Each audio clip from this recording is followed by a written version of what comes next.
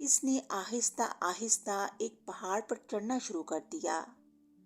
جب وہ اس کی چوٹی پر پہنچا تو اس نے دیکھا کہ اس پہاڑ کے دوسری طرف اترنا بڑا مشکل ہے، کیونکہ اس کے سامنے کئی پہاڑوں کی چوٹیاں سر اٹھائے کھڑی تھیں۔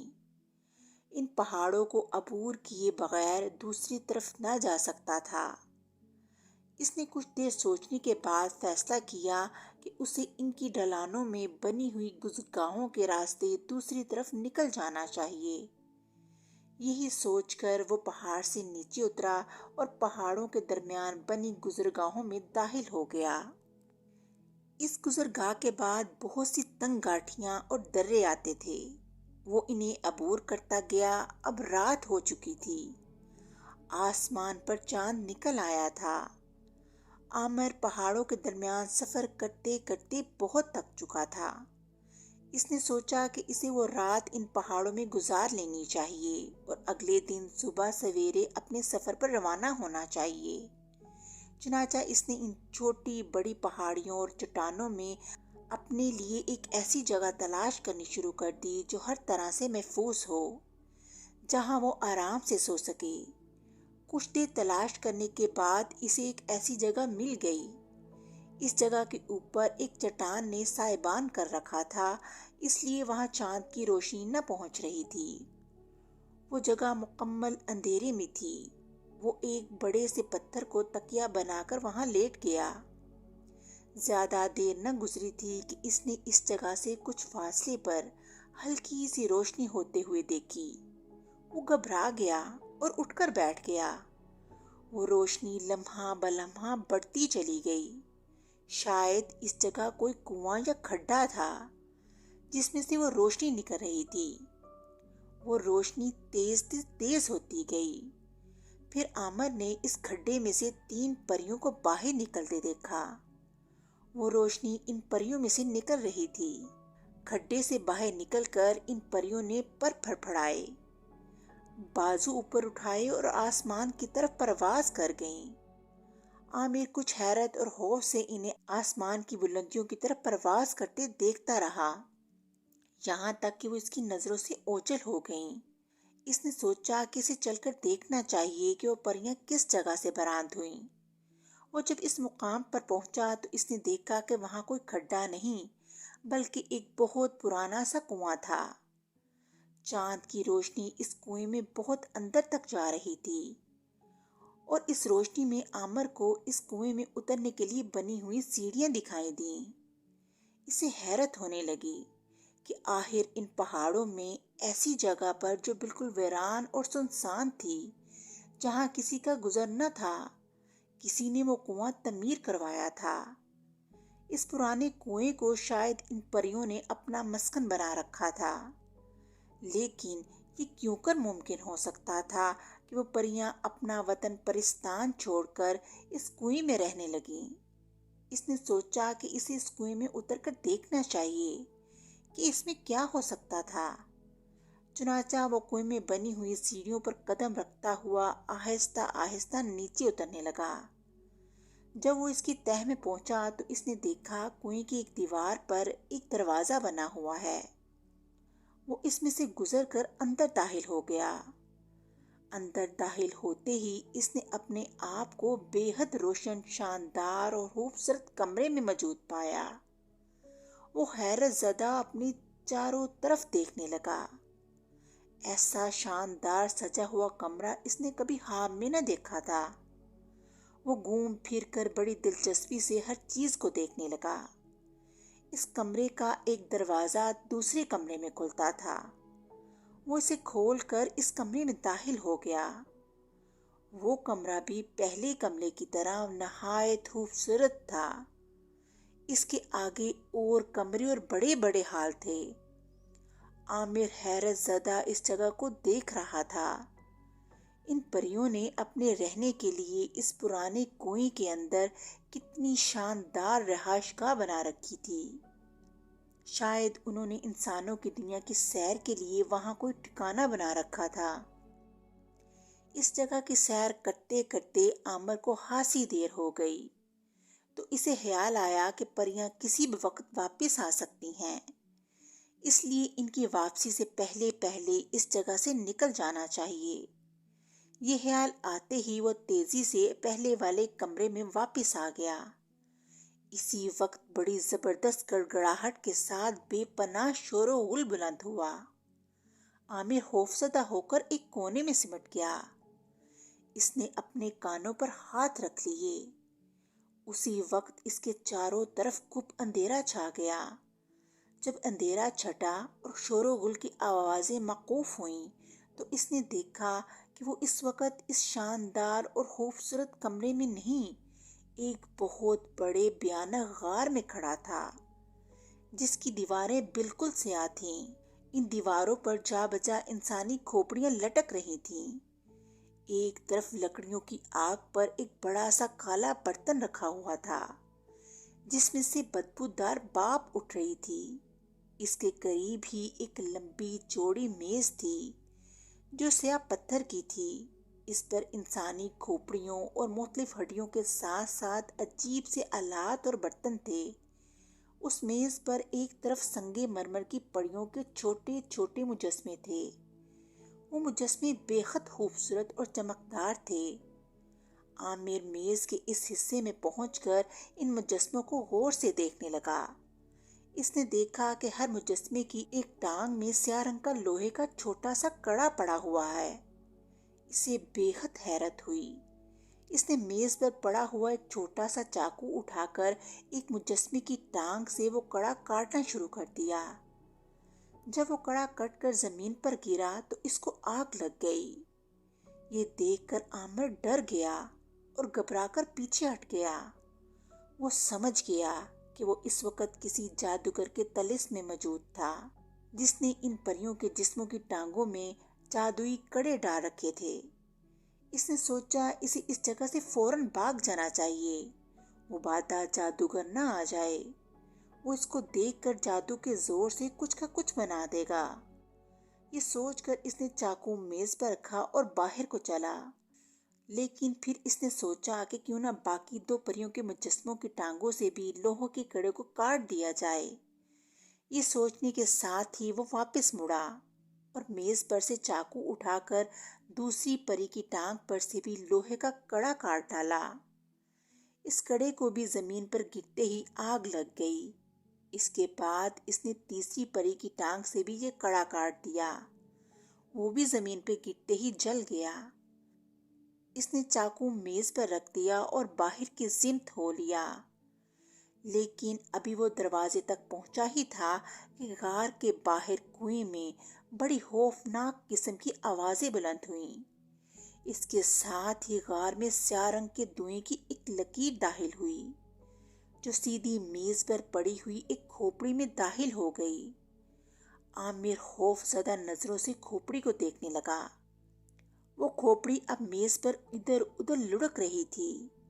پھر جب اس میں دھواں بننا بند ہو گیا، اس کی آنکھوں کے گڑوں میں بڑی بڑی خوفناک سرخ آنکھیں دکھائی دینے لگیں۔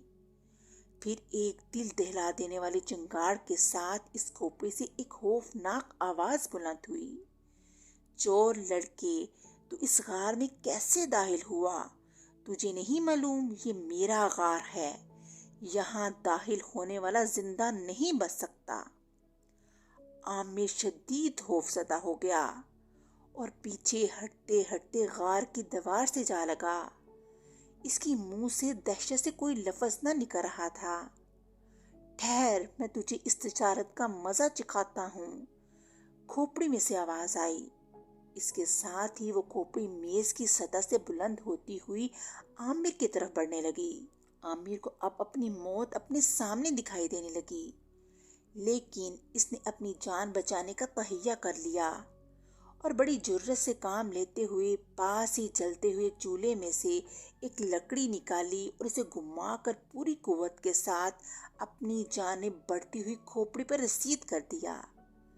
کھوپڑی میں سے ایک بھیانک آواز ابھری، وہ بڑے زور سے غار کی دیوار کے ساتھ جا ٹکرائی اور اس کے ساتھ ہی غار میں ایسا خوفناک شور و غل بلند ہوا کہ عامر بے ہوش ہو کر زمین پر گر پڑا۔ جب اس کی آنکھ کھلی تو اس نے دیکھا وہ بھیانک غار غائب ہو چکا تھا۔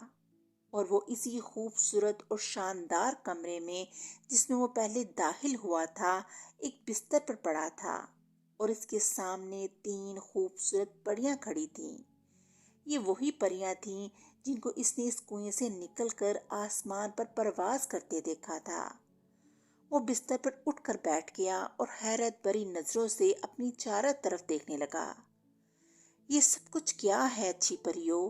میں اس وقت کہاں ہوں؟ اس نے پوچھا۔ تم اس وقت ہمارے گھر میں موجود ہو۔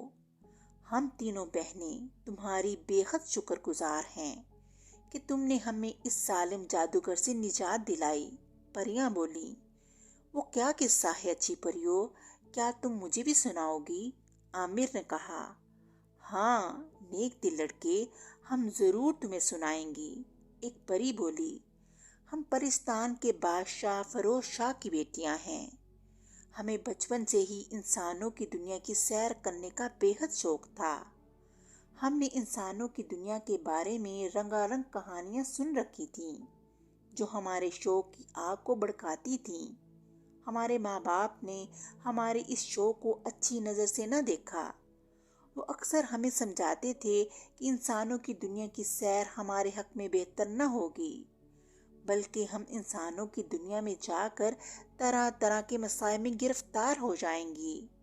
اس لیے ہمیں انسانوں کی دنیا کی سیر کا ارادہ ترک کر دینا چاہیے اور آرام سے اپنے وطن میں رہنا چاہیے۔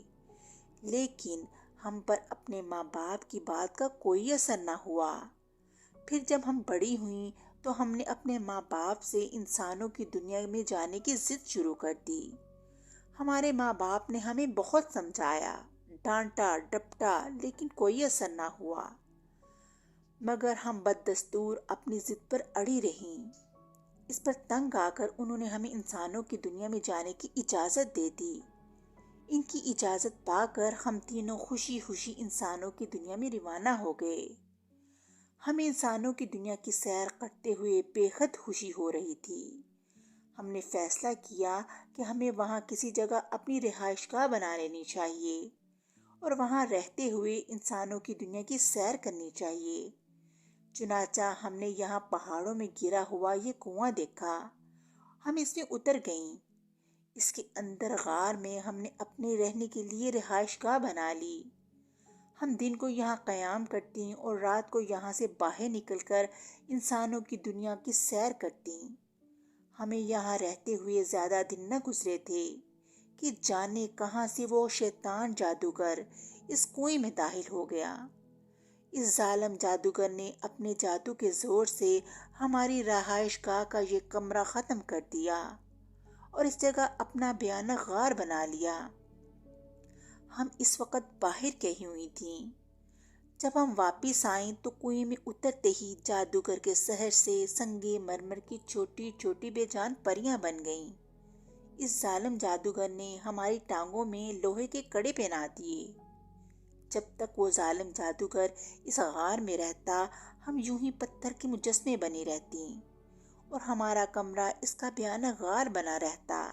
لیکن جب وہ اس کنویں سے باہر جاتا تو اس کا بھیانک غار بھی ہمارے خوبصورت کمرے میں تبدیل ہو جاتا اور ہم اپنی اصلی صورتوں میں واپس آ جاتی، کنویں سے نکل کر اپنے وطن کوکاف کی طرف روانہ ہو جاتی۔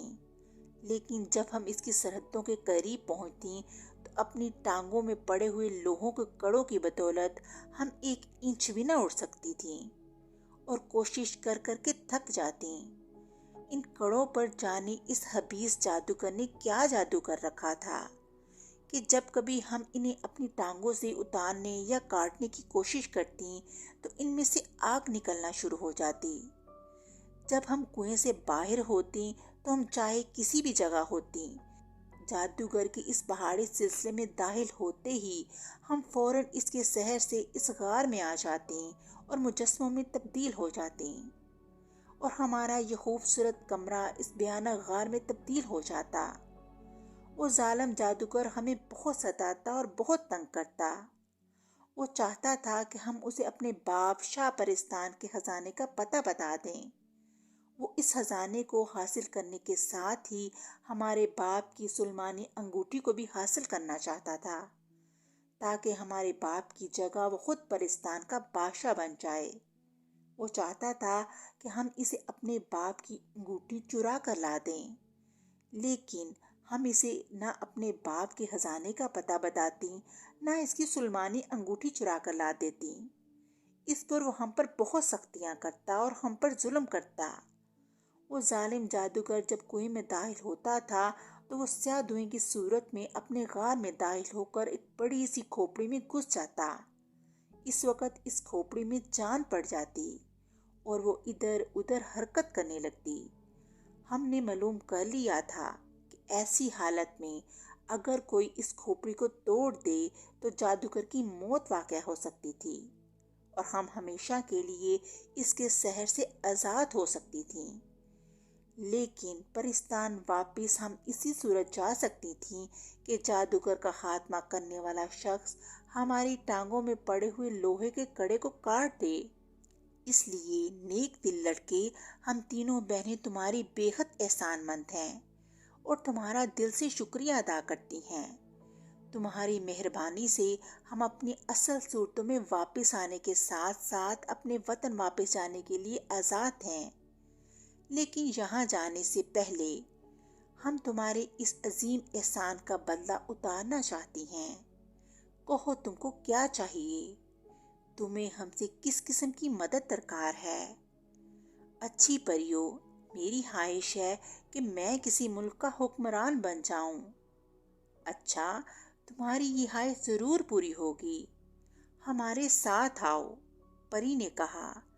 چنانچہ تینوں پریوں نے عامر کو ایک تخت پر بٹھایا اور کنویں سے باہر نکل کر اس تخت کے ہمراہ اڑتی ہوئی ایک سمت ہو لیں۔ آدھی رات کا وقت تھا، ہر سو اندھیرا چھایا ہوا تھا۔ وہ تاروں بھرے آسمان کے نیچے سفر کرتے کرتے ایک جگہ پہنچ کر اتر گئیں۔ عامر نے دیکھا کہ اس کے سامنے ایک شاندار قلعے کی اونچی اونچی دیواریں سر اٹھائے کھڑی تھیں۔ اس قلعے کا پھاٹک بند تھا۔ اب ہمارا کام ختم ہوتا ہے نیک دل لڑکے، پریوں نے کہا۔ صبح جب یہ پھاٹک کھلے گا تو تمہاری مراد بر آئے گی۔ یہ ایک بہت بڑے بادشاہ کی سلطنت ہے جو بے اولاد ہے اور بہت بوڑھا ہو چکا ہے۔ اس نے اعلان کیا ہے کہ اس قلعے کے دروازے پر جو بچہ بھی کہیں سے آ کر سب سے پہلے پہنچے وہ اسے اپنا ولی عہد بنا لے گا اور اس کے مرنے کے بعد وہی اس سلطنت کا حکمران ہوگا۔ ہم نے کل رات اس ملک کی سیر کرتے ہوئے یہ اعلان سنا تھا۔ اب صبح ہوتے ہی جوں ہی پھاٹک کھلے گا، پہرے دار تمہیں باہر کھڑا پا کر سیدھے بادشاہ کے پاس لے جائیں گے۔ وہ تمہیں اپنا ولی عہد بنا لے گا۔ پھر اس کے مرنے کے بعد تم اس ملک کے بادشاہ بن جاؤ گے۔ ہماری نصیحت ہے نیک دل لڑکے کہ بادشاہ بننے کے بعد تم اپنی رعایا کے لیے ایک مثالی حکمران ثابت ہونا اور نہایت عدل و انصاف سے حکومت کرنا۔ میں تمہاری ان نصیحتوں پر عمل کرنے کی کوشش کروں گا اچھی پریو، یہ میرے لیے ہمیشہ مشعل راہ رہیں گی، عامر نے کہا۔ اچھا تو نیک دل لڑکے، اب ہمیں اجازت دو، ہم اپنے وطن جانا چاہتی ہیں۔ ہمیں اپنے والدین کی نافرمانی کی خوب سزا ملی۔ اب ہمیں کبھی انسانوں کی دنیا میں واپس نہ آنا ہوگا بلکہ آرام سے اپنے وطن میں رہیں گی، پریوں نے کہا۔ خدا حافظ نیک دل پریو، تم مجھے ہمیشہ یاد رہو گی، عامر نے کہا۔ پریوں کے جانے کے بعد عامر پھاٹک کے قریب ہی لیٹ کر سو گیا۔ جب صبح ہوئی تو دربانوں نے پھاٹک کھولا تو انہیں باہر عامر سوتا ہوا دکھائی دیا۔ انہوں نے اسے دیکھتے ہی بے حد خوشی کا اظہار کیا اور اسے جگا کر اپنے ساتھ بادشاہ کے محل میں لے گئے۔ یہاں بادشاہ اور ملکہ اسے دیکھ کر بے حد خوش ہوئے۔ انہوں نے اسے اپنا بیٹا بنا لیا اور اس کی ولی عہدی کا اعلان کر دیا۔ اب عامر بڑے عیش و آرام سے شاہی محل میں رہنے لگا۔ اس کی بڑے اعلیٰ پیمانے پر تعلیم و تربیت ہوئی، یہاں تک کہ کافی مدت گزر گئی اور بادشاہ کا انتقال ہو گیا۔ اس نے بادشاہ بنتے ہی اپنے پریوں سے کیے ہوئے وعدے کو پورا کیا اور جب تک زندہ رہا بڑے عدل و انصاف سے حکومت کرتا رہا اور اپنی رعایا کے لیے ایک مثالی حکمران ثابت ہوا۔ اس طرح کہانی کا اختتام ہو گیا۔ اگلی کہانی کے ساتھ پھر ملیں گے، تب تک کے لیے اللہ حافظ۔